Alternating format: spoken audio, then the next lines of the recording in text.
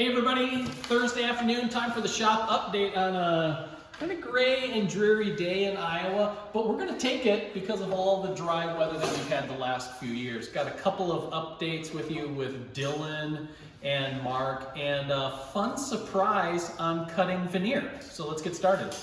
Which way am I going? There you go. Let's start with me.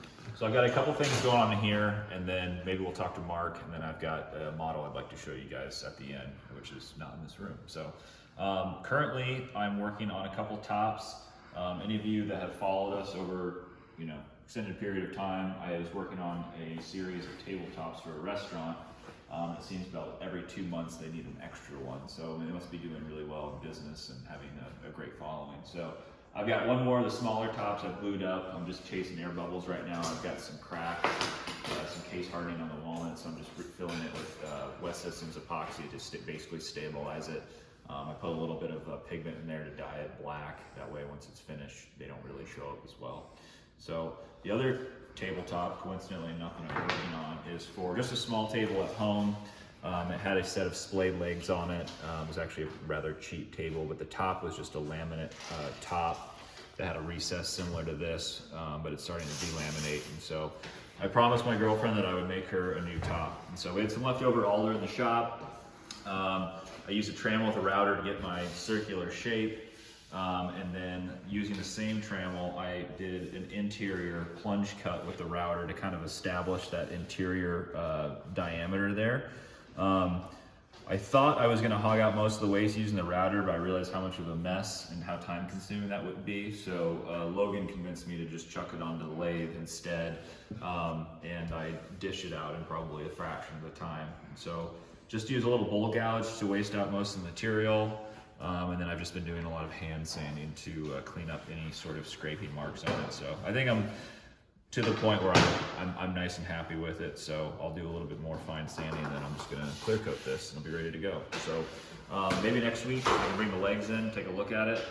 Otherwise, like I said, we'll talk about my other project I've been working on after we're finished up with Marc. Hey everyone, progress on Dillon designed Waterfall Nightstand. I'm not sure what stage I was at when you guys checked in last, but almost done. Here is the carcass for it. Solid walnut, sides, back. We went for a rift sawn white oak back panel. This top piece is veneered, so this follows the form from MDF on the MDF front here, and this was made rounder, so the MDF the veneer followed the curvature. I'm working on the door at the moment. I've got the MDF door with the edging ready to go, which is this guy. So the next step in the process is working on these pieces of veneer that we'll apply to the front of the door, which at the moment is becoming a little bit tricky because as soon as I touch it, it falls apart on me. So I'm trying to cut it into squares, and then how I'll tape it all together and then glue it after the fact. But at the moment, like I said, I'm struggling to cut it because the corners keep flying off. Then using a knife, using a veneer saw, but then we came up with this leather cutting circular bladed tool, which is actually working quite nice. So getting my way through that, so hopefully next week I don't have rolls and rolls and rolls of remnants of veneer scattered around my workbench. They've gone to scrap. So that's what I'm working on right now. Meantime, lunch break project. I've been working on follow me this way, working on a table for my wife's office. I've got that all wrapped up today.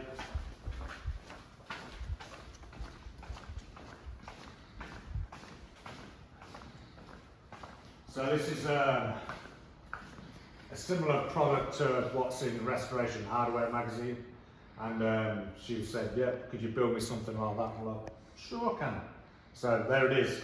So it's just walnut MDF with veneer on top and bottom, and then on the base for the pedestal I made 4 different Baltic birch circles attached together to form a column.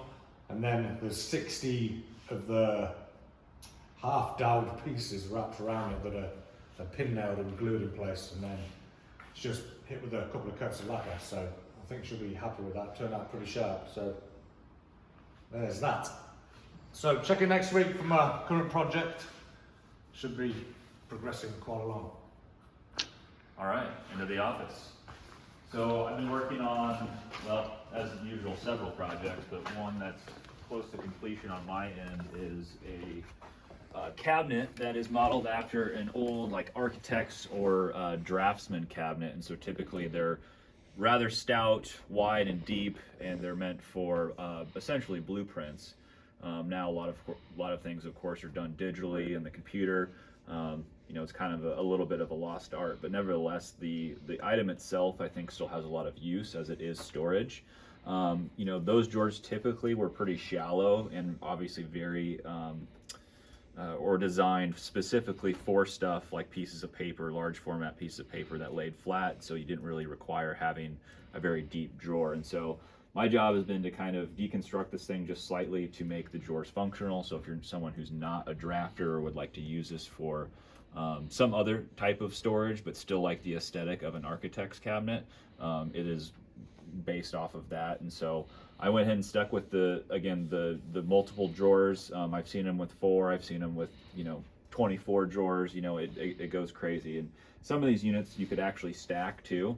But of course, we're always considering, you know, people's shop space and when we're creating these projects. And so I broke up the main cabinet into 3 sections. The one that's highlighted, so you've got some horizontal stretchers here, and then in between each one of those, there's 2 drawers. They're about 3.5 inches deep, and so you can throw smaller stuff in there. Another thing that was brought to my attention, that again, if you're not using it for paper and you want to use it for other types of storage, another thing that you could use these drawers for is veneer. So it could be a dedicated drawer system for all your different species of veneer.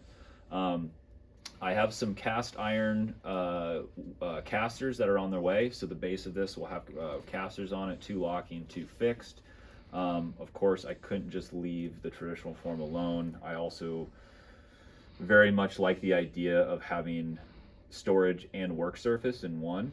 And this totally can be an option if you're anyone that's going to be reading this article in the future. What I've done is basically just created a secondary work surface top here. And then it might be a little difficult to see, but on the sides of the case, there's going to be a recess that's basically a dovetail. And these arms on both sides seat into those dovetails. They slide up and down. So of course the height of this is adjustable. And not only is it adjustable, you can articulate it or change the angle of it. So if you're somebody that likes to stand and work, which a lot of times I like to stand and sketch or write numbers down, it's nice to have things at a little bit more of a pitch or an angle towards you when you're doing that, especially if you're doing it for long periods of time. It also, again, adjusts as a flat work surface. You could use it as a glue-up station. Again, I like the utility of something like this and try to maximize that as much as possible. Other than that, I'm just trying to decide on making some material choices here. I've got some hardware on its way, but this will be the next project in the works. I'm not quite sure who will be working on it or building it in the shop. Otherwise, I have another kind of shop project that I'll be working on that is basically for like a small refrigerator, like coffee station in the shop. And of course, there's always more I could talk about too, but without showing you guys, I don't really like to jump the gun. So maybe we'll just check it next week, see a finished model and drawings of this, and then maybe we'll have moved on to another project for Woodsmith or ShopNotes. But I think that's about all I have for this week. All right, there you have it. We've been everywhere in the shop here today, checking in on the update. It's May already, which means summer travel season. And if you're crisscrossing America's heartland somewhere in there, stop in for a tour and you can see what's going on here in the offices, in the various studios, and even in the shop, and be able to meet some of the people making your favorite woodworking magazines, plural. So we will see you next week for the shop update. Bye.